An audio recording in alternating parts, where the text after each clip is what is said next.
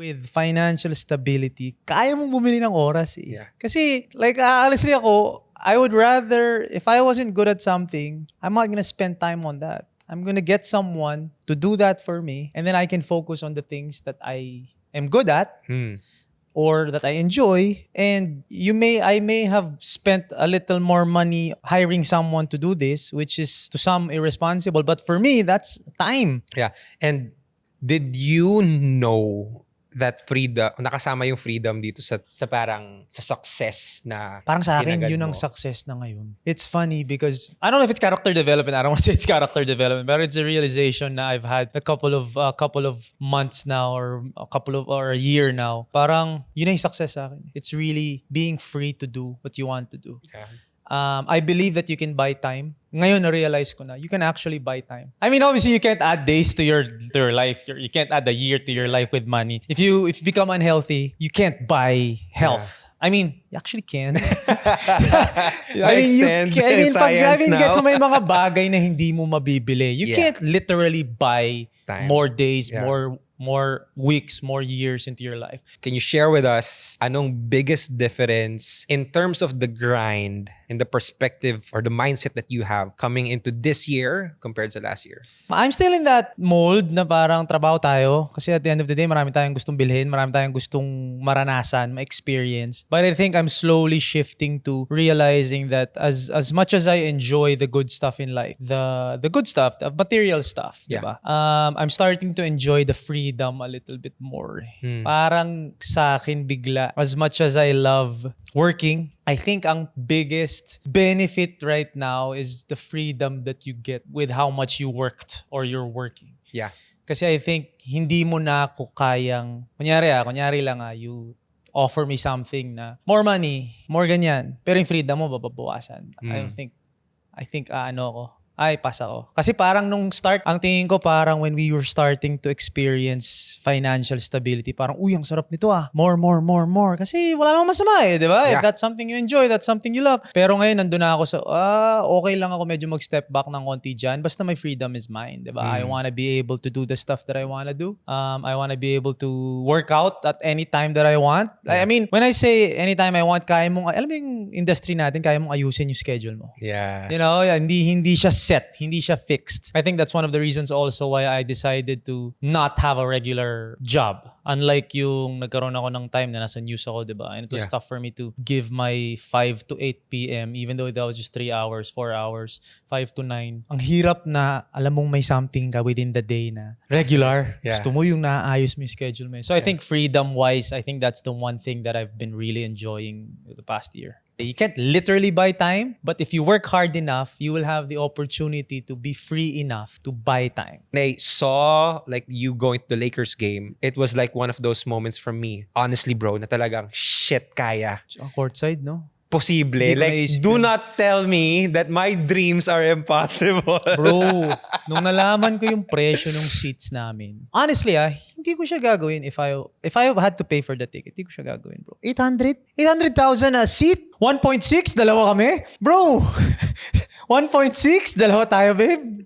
Babe, kahit hindi ka sumama, ako lang, 800, di ko pa rin gagawin. I went to New York. The first time we went to New York, we watched the game. I spent on those seats sa may hindi courtside, pero ringside. Ringside ba tawag doon? Sa likod ng ring. Yun, binili namin yun. And I was just like, sige na, babe, Madison Square Garden, first time ko, bala na. But, alam mo rin to, bro. Every move that I make is an investment. Yeah. Diba? Investment yan. Alam mo na pag magbabayad ako ng 100-something thousand for a ticket manood ng Madison Square Garden next game, alam mo na mapupuno ng content yan. Alam mo na gagatasin ni Mikey yan hanggang huling piso ng 100+ thousand na ticket na yon. Gatas yan, bro. Because I believe in our industry, the more you create, the more you put yourself out there, the more opportunities will come back. So the reason why I got that, how many games did we watch in LA? 2? 2 Golden State, isang Intuit Dome, 4. 4 games, all for free. And don't tell me, ay, swerte mo, Tito Mikey, naka-4 kang laro, libre lang. No, the years you spent, the years of content you put out there, para mapansin ka ng NBA Philippines at sabihin nilang, pupunta ng state si Tito Mikey, bigyan nyo ng ticket yan. Bro, nandun pa lang kami sa New York, minessage na ako ng NBA Philippines. Talaga. When are you going to Ganda. the States again? Doon pa lang sinabi ko na, babe, na-ROI natin yung ticket natin sa New York, di ba? Na-ROI natin yun. Hindi na ako manghihinayang doon sa binayad ko doon, di ba? Kasi na-ROI natin yun. So, when we got that, when we watched the games, the NBA Philippines nga, again, shout out to NBA Philippines, Catrice, thank you very much. Like, nandun na parang, let us know kung nandiyan ka. Let me know. Akong bahala sa'yo. And, iba yung appreciation ko doon because you worked for it eh. So the amount of content na nilabas ko rin doon, I want the NBA Philippines or any brand that I work with to come back and say, between sa meeting nila, sulit yung binigay natin kay Tito Mikey. Kumbaga gusto ko, pagdating sa meeting ninyo, nilaban ako nung isa eh. Malamang it comes from one person eh, di ba? O si Tito Mikey pupunta ng LA. Sige, kontakin nyo. Yung one person na yun, gusto ko mayabang siya na, ako nagsabi na si Tito Mikey, kunin natin. Di ba? Kasi kita nyo kung gaano kasi pag gumawa ng content yan, di ba? So I think it's not a job eh.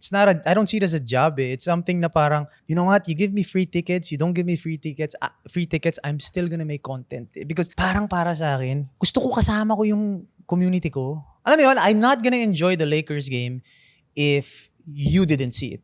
Yeah. If one of my followers didn't see it. I want you guys to be there with me. Gosh, nanonood si Tito Mikey ng game. Ito yung angle niya. Parang katabi mo ko pag pinanood mo yung videos ko. That's why I really take pride in, kasama niyo ako. Nung pumunta ako F1, kasama niyo ako. Ito si Lewis Hamilton, guys. So, ito si Charles Leclerc. Di ba? Kasama niyo ako. Ito si LeBron, guys. So, Steph Curry. So, I want you guys to experience the same high. And I think the biggest compliment that I get is, Tito Mikey, parang katabi mo na ako nung napanood ko yung video mo. Yeah. Kaya real time ako. Kaya, the game is now, pauwi pa lang tayo ng game, na-post ko na yan. Kasi, Bro, halftime I was expecting. Diba, bro? Sabi ko, halftime, asan na yung content ni Diba, Mikey? Nire-refresh ko na yung profile mo eh. Nag-warm up pa lang si Lebron. Nandito na kayo sa tabi ko. Ito si Lebron sa likod ko. Ano ko pare? Same day. I just came from a shoot. I had a brand. Pumunta ako doon. Brands now, na-expect na nila sa akin same day. Papuntay mo ako ngayon sa store. Kaya ko na i-post yan. Nasa sa inyo na lang. Approve nyo ba? Sige, dadaanan pang process. Sige, pero ito na ha. Again, it's something that, I don't know what it is. I don't want to say it's ADHD kasi hindi naman ako nagpapacheck I mean, pa. it's a high level of urgency. Alam mo yung pag hindi siya tapos, nanggigigil ako. So like content, you talk to a person, you may mag-inquire na brand, kakausapin mo, sign kayo MOA, ko-conceptualize mo, send mo yung outline mo, approve nila, shoot mo, e-edit mo, papadala mo, approve nila, mapopost ko. Until the ball is back with you, hindi ako mapapakali. So if you tell me right now, Tito Mikey, yung outline mo pwede mong send mo sa Friday. Anong Friday? Akin na. O, sa'yo na yan. Nasa iyo na yung bola. You bring it back to me, you pass it back to me, shoot ka na. Okay, shoot ko na. Shoot ko siya kanina. May leeway mag-edit mamayang gabi. O mamaya bukas. Akin na. Sabi ko talaga sa kanila kanina. Na-shoot ko na nasa nandun sila. Can you give me 10 minutes? E-edit ko na, tapos ipapadala ko na sa'yo. Tapos bahala na kayo kailan nyo ipapa-approve. So lahat sila parang, seryoso, edit ko na. Iwan nyo muna ako dito. Huwag nyo muna ako pansinin. Sabi ng mga agency, ganun pala, pwede pala yung ganun. Sinasabi nga sa akin yung CK na parang, inakit mo yung baka expect ng tao ganun. Hindi normal to, ako lang to. Because if I bring it home, hindi tapos yung trabaho, bro. Nanggigigil ako dun. Like right now, may kotse ako sa bahay, yung Mercedes na Lego ko, alam kong hindi buo, bro. So nanggigigil ako umuwi ngayon at kailangan ko tapusin to. So I think it's that fulfillment of actually finishing the job. On a reflective side, was there a part of the trip or maybe an accomplishment recently that got you in a reflective mode na grabe ang layo na? Kasi na kanina, for some reason, nasa papagupit ako, na may radio na naka-on, tas ang sabi niya doon na parang, like, I wanna bring up this quote na paulit-ulit natin narinig but it holds true. Malayo na, pero, malayo pa, pero malayo na. Yeah. Was there a moment for you? Every day, bro. Really? Every day. Hindi ko siya, I never take it for granted. Yung, bro, natutulog ako sa stock room ng Anytime Fitness eh. Ano ba naman yung ngayon, pag gising ko sa umaga, nasa kwarto ako. Just that mere fact na nasa kwarto ako. And then I get up, I go to the bathroom, hindi na ako pumapasok sa bathroom ng Anytime Fitness kung saan ako nagtutoothbrush, 'di ba? And I go down, bumababa na ako ngayon dati sa condo ko, 'di ba? So 2-bedroom doon, nag-studio bedroom ako, tapos again, 'di ba? So ngayon bumababa na ako, may dining table ako, like bro, every waking moment hindi, kaya siguro may imposter syndrome ako because it hasn't really sunk in eh. Hindi pa siya nagsisink in na eto na ako. And I think that's also a blessing because I will never be comfortable even if I'm here already. I can never just sit down and say, okay na ako. Kasi may paranoia ako na anytime mawawala to. Anytime mawawala to. And do I want to go back? Of course not. Dito na ako. Okay na ako dito, guys. I mean, if I can maintain, of course, that's not the goal. But the last thing I want is to maintain. Yun na yung last. Yun na yung worst. gotta grow. The worst that can happen is maintain. And I think that's not the worst thing that can happen already because the worst is you go back. Iba yung passion ko sa content, bro. Iba yung ano ko talaga. Iba yung, I don't know. Maybe as much as it gave me everything that I have, iba yung investment ko sa kanya emotionally. Yung, guys, eto na tayo. Yeah. So, wag natin palampasin to. Guys, kung kaya ko, kaya nyo din. I mean, the hate won't stop. People will always say, hindi, anak ng mayaman yan. Dami ko ganun nga. Contractor. Meron na nga akong bro, money launderer daw ako. It's parang hindi ko na alam kung anong gagawin. Like, wala, bro. So, it's like, at the end of the day, if you just keep going, tapos you believe in the things that you really believe in, and then you fight, di ba? Laban tayo. People will resonate eh. Yeah. Some people won't. Some people will. You focus on that and keep going. I think that what you're doing with the content, I'm so impressed talaga on a content and a branding perspective. I'm so impressed of how you kept the relatability in place, even though the achievements are like, it keeps on getting higher and higher, but the relatability is there. That's so crazy for me. Alam mo, one thing that I realized that my personality is, I would rather, if I'm making content now, I would rather post this ASAP than make it perfect. For me, the accomplishment is posting it as soon as I can. Perfecting it will come eventually. So hindi ako, gotta make this piece of content perfect. No, you post it, I review it while it's posted. It's already posted. I could have done this better. I could have done this better. I could have done this better. Okay, for the next one. So hindi na ako yung hino-hold ko, hindi ko pinopost kasi kailangan perfect. So hindi, eto na yan. Because I wanna train myself also to be quick.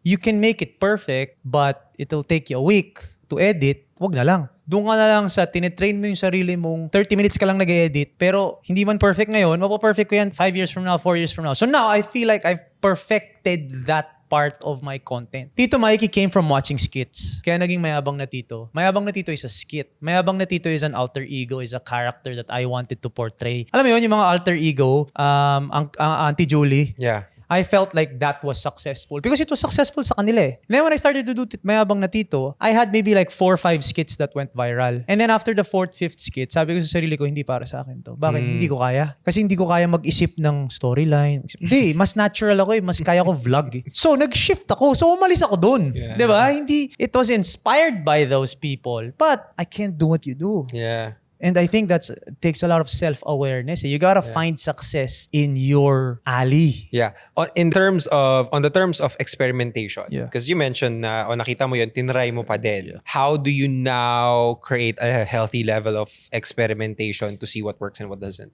With my, actually, I have a lot of haters now. Siyempre, nag-iiba lang yung nag-evolve din yung nila eh. Yung galit nila sa akin eh. So ngayon, yung galit nila sa akin ngayon is cloud chaser. I think cloud chasing is the number one weapon you have against the content creator, diba? That is the point. Kaya nga kami nagko-content eh. Because we want the clout. Clout is a currency at this point in our lives.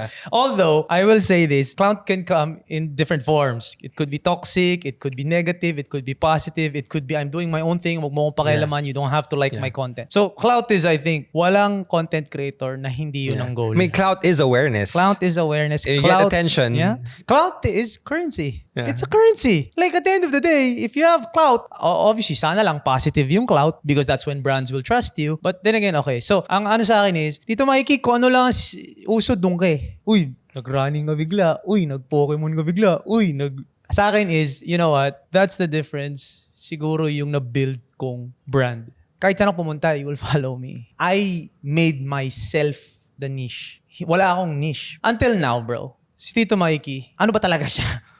Is he a fitness content creator? Is he a basketball content creator? Is he a running content? Is he a lifestyle? Damit? Girlfriend? Lego, toys, hobbies, ano ba siya? Yeah, wait, sorry. Kanina yung guest ko dito. Sabi ko, next, iyan ako si Mikey Reyes. Siya yung sa fashion, di ba? Diba? Pwede. Oo. Mga once every 5 reels, meron siyang fashion, pero may once every 5 reels, fitness. So medyo maguguluhan ka na. That's why it's funny because people say, ginagaya mo si ganyan eh. Pwedeng sa Pokemon, na-inspire ako kay Logan Paul, tas nabuhayan yung love ko for Pokemon when I was younger. So, tinry ko yung Pokemon. Kasi, okay, hobby yan. Yung Lego, nakita ko kay someone, parang ang saya niya. Tinry ko. So, they could argue that each lane that I go to was inspired by someone in particular. But I am the only one in all those lanes. So, I am the only one in all those lanes. And it's a luxury that I have now with the brand that I created because I am hindi ako nakakahon na, hindi basketball nila ba si Tito Mikey? And knowing me, ako lang naman kasi bro, marami talagang hobby. Like hobby maxing ako bro. Hobby maxing is my thing bro. Again, if there is one thing, I think ito na yung nagpalit sa akin bro. So ito, I'll be a little more vulnerable with the whole money thing. Because for the last how many years, Tito Mikey has been synonymous to mukhang pera, magtipid, magsipag. So, I don't want people to remember me that way anymore. I don't want people to say, gusto kong bilhin yung binibili ni Tito Mikey. Gusto kong ma-afford yung afford ni Tito Mikey. Hindi na ganun. Ang pinaka-fulfilling na sa akin ngayon is, gusto ko yung lifestyle ni Tito Mikey. Yun yung nag-aano sa akin ngayon, na pag nabasa ko yun parang, I'm doing something right. So, hindi ka na namomotivate sa nabibili ko. Hindi ka na namomotivate sa, namomotivate ka dun sa, yung lifestyle lang, yung everyday grind. Yeah. Because when you say lifestyle, everything is counted na. Yes. Hindi na to, mayaman si Tito Mikey, gusto ko yung pera niya. Yeah. Pero hindi mo kinonsider yung fitness niya. Kasama na ano yung kinakain mo, kasama na yan. Lifestyle na to bro eh. Lifestyle, utak. Yeah. Diba? The way you move, the way you look at things, relationships, how you treat your girlfriend, your wife, diba? So, gusto ko yung lifestyle ni Tito Mikey. Gusto ko yung ganun. Yung na-enjoy niya pero nagtatrabaho siya 24/7 and is working on something 24/7. So, medyo dun nag-shift ngayon. It's so good to see this type of creator. And I think this is the ultimate, parang for me, a hybrid type of creator. Yeah. Kasi before, parang you could either go the influencer route or the creator, like skits and all. But then there's this new hybrid or type of content creator na, no, ikaw yung brand. You are the niche. Ikaw ang positioning mo. Ikaw ang uniqueness mo. No? Na hindi kasi 'di ba sa freelancing world, ganyan yung ano yung niche mo, 'di ba? Tapos every time you see someone giving advice about how you're gonna be a content creator, the first piece of advice, find your niche. Find your niche and be consistent with that niche. Ayoko ng ganun. Yeah. Find yourself and be consistent with yourself. Kung sino ka, yun yung niche mo. I think that's the next level lifestyle content creator. When you say lifestyle content creator, kasi ang content creator na lifestyle is fashion. Pero you still have a niche. Fashion so fashion ka lang. No, hindi. Sino ang content creator? Ikaw. Sino ang subject? Ikaw. Bakit ang subject nagiging yung niche? Hindi, ikaw ang subject. Yeah. So be true to yourself. Do whatever it is you wanna do. Create content of what it is you wanna do. Diba? Ang kinakatakutan kasi ng tao is, what about my basketball followers? Yep. Paano pag naglabas ka ng fashion, yung basketball followers ko? Kawawa naman. Or baka mag-unfollow sila. Sorry. This is the real me. Are you playing basketball 24/7? No. Diba? This is the real me. Yeah. I'm not running 24/7. I'm not working out 24/7. Hindi naman kami nagde-date ni CK 24/7. No. Today, magde-date kami ni CK, then that's what you're gonna see. Tomorrow, I'm gonna have may papawis ako, then that's what you're gonna see. The next day, magle-lego ako, then that's what you're gonna see. So I think it's really, I don't wanna call it a specific type of creator, pero I think naturally, nasabi ko lang sa sarili ko na, ito yung na-enjoy ko eh. So, ba't ko pipilitin sarili ko na dito lang ako kasi ito yung niche ko? Yeah. So it could have blown up in my face na parang wala, pangit, 'di ba? Nag-blow up siya na hindi gumana. Pero I think again it's because I never looked at content na money. I never did. People obviously work is work. That's the difference. It's not money, it's work. It's work. And it's, I mean, the money comes after the work. It comes after it. I'm not gonna lie, I enjoy it, di ba? Okay naman. I'm happy that the money in content lumalaki na because brands are starting to understand, ito na yung ecosystem ng content creation, di ba? Iba na. So gumaganda na, lumalaki na. And I'm happy, di ba? But at the end of the day, if you don't do the free content, you're not gonna make money. Yeah. So people will still be nagugulat pa din sila when I say that every 10 videos that I make, baka isa lang doon ang bayad. Di ka ba lugi? Oh my gosh. Kung alam mo lang. Hindi ako lugi, bro. Hindi ako lugi, bro. Sa isang content na bayad, tapos yung 10 doon, hindi bayad. Wow. Yun yung hindi naintindihan ng tao. The 9 other pieces of content that I made is the reason why I got the 1. Fuck. Di ba? That's so good. Yeah, so...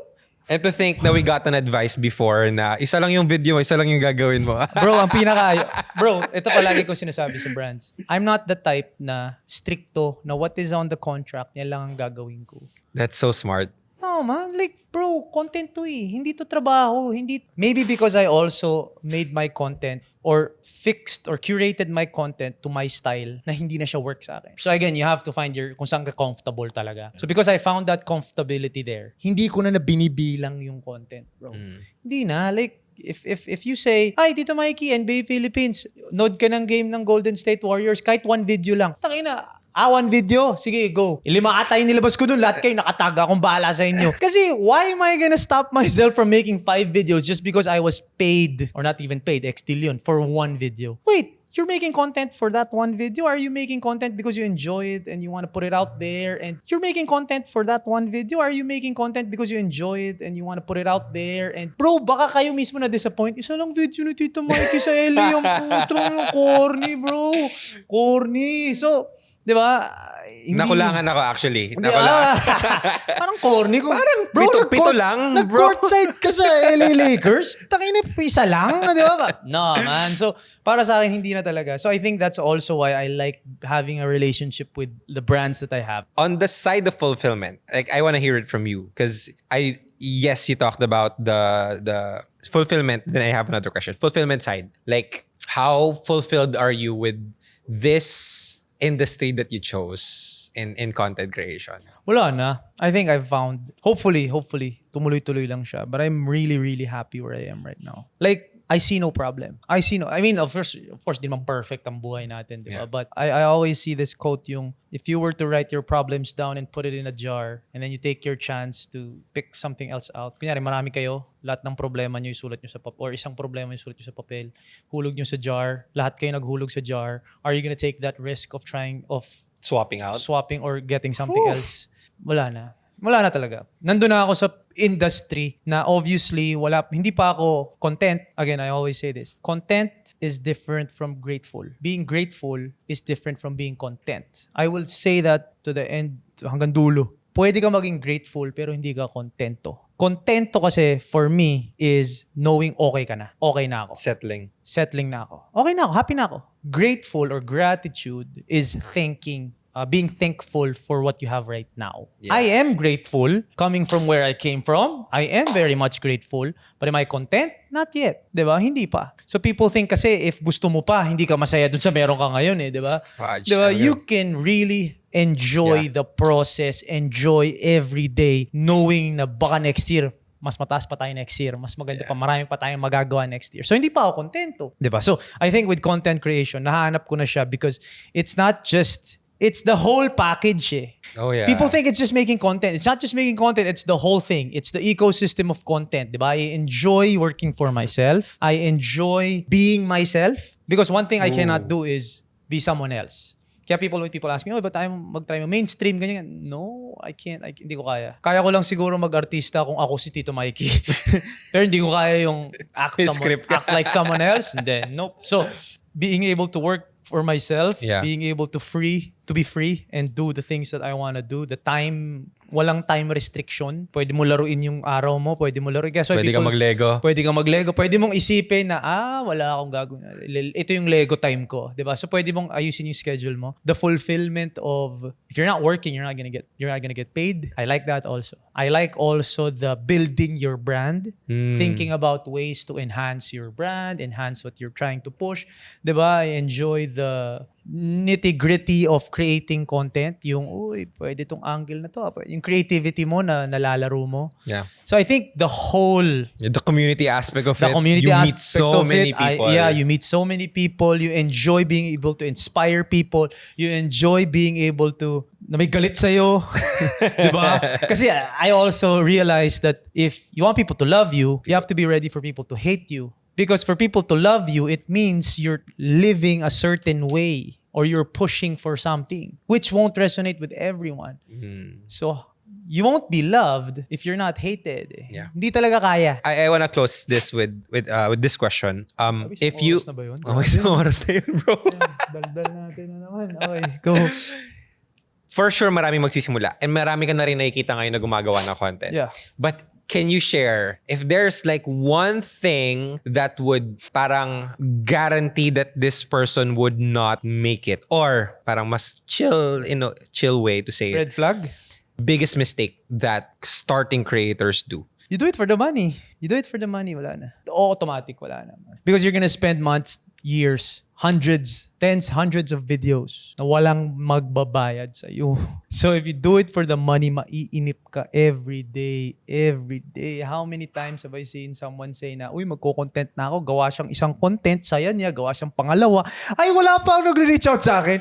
Bro, wala. So, if you're doing it for the money, it's not gonna happen. With anything naman eh. Yeah. Is there an industry that if you do it for the money, gagana? Wala. Because in any industry, you will do stuff for free. You will do stuff in any industry. Office, kailangan mo gumawa ng libre bago ka bayaran ng malaki, bago ka ma-promote. Diba? You gotta do more than your job description para mapansin ka, para ma-promote ka. Basketball player ka, you gotta do more than just the team practices and the team games. You gotta do more. You gotta go through recovery. You gotta go through individual training. You wanna be a bodybuilder, yung binabayaran lang doon. I don't know kung may binabayaran doon. Pero yung binabayaran doon, yung panalo ka, diba? Yun yung bayad doon. Pero yung libre mong gagawin all the way till you get to that point, wala. So there is no industry na gagawin ko for the money. You're gonna do a lot of things for free. And you're not gonna do it for free if you don't enjoy it. So, if you like content, if you enjoy content, then you have a chance. Ang biggest misconception kasi is, pag content creator ako, influencer ako. Ako ngayon sinasabi ko sa inyo ngayon to. Guys, influencer is my hatest term. Oh my God. I hate the term. Influencer is not an occupation. As a content creator, influencer is not the occupation. It is not the profession. The occupation, the profession is content creator. If you tell me I influenced you and you call me an influencer, then I'll take it. Ano-influence kita? Oh, thank you. But that wasn't my job. That wasn't my point. So I hate it when people say, influencer ako. Sino na-influence mo? Paano mo alam na may influence ka? How the hell do you know na may nagbagong buhay dahil sa... Ano bang tawag niya? Ano bang influence? Nagbagong buhay niya, nagbago yung pananaw niya, nagbago yung the way he acts, talks, thinks because of you. That is influence. Kung napatawa mo lang ako, hindi mo ako na-influence. So, hindi. Pero, hindi ibig sabihin kung hindi ka influencer, hindi ka magaling na content creator. Hindi ibig sabihin. Iba yun eh. Again, iba yun eh. All influencers are content creators. But not all content creators are influencers. So let's stop with the influencer. If you call someone an influencer, then good for him, good for her. But if someone calls himself or herself an influencer, medyo iffy ako dun. Kasi you're looking at it as a profession. You're looking at it as an occupation. Yeah. So, not all content creators need to be influencers. Yun yung ayaw ng tao, di ba? Sometimes ayaw nila, hindi ko kaya maging influencer. Hindi ko kaya maging influencer ko, maging content creator ka. Okay, make content out of what you do. Yeah. Don't let content dictate who you are. Hindi yun ang masusunod. Hindi masusunod yung niche mo. Hindi masusunod yung gusto mong personality. No, masusunod ikaw. Ikaw, sino ka? Ano ang strengths mo? Ano ang weaknesses mo? Work on your strengths. You use content to emphasize your strengths. Yeah. And then slowly, slowly, malay mo nga naman, uy, di na ako masyadong camera shy. Yeah. O di malay mo nga naman, yung weaknesses mo, suddenly, nagagawa mo na silang strengths. But I think that's the one thing na parang, don't let content dictate who you are. Yeah. Ikaw. Sino ka? Anong ginagawa mo? Yung labas mo. Then you never know what can happen. Yeah. And a final note on that. Like, if you feel, may mga tao pa rin magsabi, wala po akong talent, maghanap ka ng talent. Yun ang kailangan mong gawin. If you don't, parang if you're thinking that you don't have interesting content, do some interesting things. So, don't tell me wala kang talent. Don't tell me wala kang talent because imposibleng wala kang talent. I don't think God allowed na may makalusot dun sa creation niya na isang tao na, uy, huwag niyong bigyan ng kahit anong talent yan, ha? Ano yun? Dumaan ka lang. Hindi, ginawa ka, magpa 5 p.m. na, mga 4:55 ka ginawa, 5 minutes. Okay na to, Lord, hinabol ko lang. Hindi, di ba? I'm sure they were spent time on you, creating something that only you have. Anytime a content creator approaches me and asks me, Tito Mikey, paano mo nagawa to? Tito Mikey, napanood ko yung ganito mo, ginaya ko. Haters ko din, pare. Content creator ka, tas ayaw mong ginagaya ka. My gosh, haters ko yun, man. Yung nababalitaan ko, galit si ganyan kay ganyan. Bakit ginaya niya yung content? Isn't that the point? Isn't that the point? Kung bakit ka nagko-content? Isn't the point trying to show someone na masaya to? Yeah, to create something beautiful that people want to do it for themselves. It's because people want credit eh. Uy, credit mo naman ako, ginaya mo yung content ko. Come on, man. Alam mo naman sa sarili mo eh. Yeah. Now, when I see content, anytime a content creator approaches me and asks me, Tito Mikey, paano mo nagawa to? Tito Mikey, napanood ko yung ganito mo, ginaya ko. Haters ko din, pare. Content creator ka, tas ayaw mong ginagaya ka. My gosh, haters ko yun, man. Yung nababalitaan ko, galit si ganyan kay ganyan. Bakit ginaya niya yung content? Isn't that the point? Isn't that the point? Kung bakit ka nagko-content? Isn't the point trying to show someone na masaya to? Yeah, to create something beautiful that people want to do it for themselves. It's because people want credit eh. Uy, credit mo naman ako, ginaya mo yung content ko. Come on, man. Alam mo naman sa sarili mo eh. Yeah. Now, when I see content, and I know it naman, alam mo naman sa sarili mo, magyabang ka kahit sa sarili mo. Kahit wag mo na ipagkalat. Alam mo sa sarili mo, akin tong content na to. Nakuha niya sa akin to. Yeah. And then, pag nilapitan ka niya in real life, Tito Mikey, napanood ko yung ginaya ko. Okay na yun. You don't have to tell the whole world na, uy, si Tito Mikey, ang galing. No, man, okay na yan. Just me seeing that this person is trying this out, whether he tags me or not, alam mo sa sarili mo yun. Yeah.